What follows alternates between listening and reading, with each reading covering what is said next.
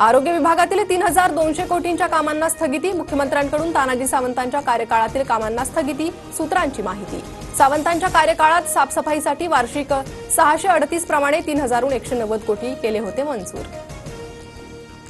राज्यातल्या जवळपास 500 सरकारी सेवा आता व्हॉट्सअॅपद्वारे मिळणार, सरकारचा मेटा कंपनीशी करार, मुख्यमंत्री फडणवीसांची माहिती।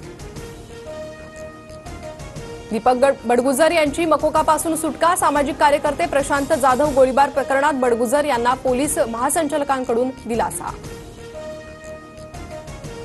राज्यातील सर्व उर्दू शाळांची तपासणी होणार, मुख्यमंत्री देवेंद्र फडणवीसांचे आदेश, उर्दू शाळांमध्ये होत असलेल्या गैरप्रकारामुळे निर्णय।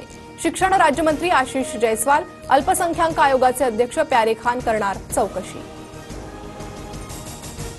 देशभरात यंदा कडक उन्हाळा जाणवणार, कमाल आणि किमान तापमान सरासरीपेक्षा जास्त राहणार, हवामान विभागाचा अंदाज।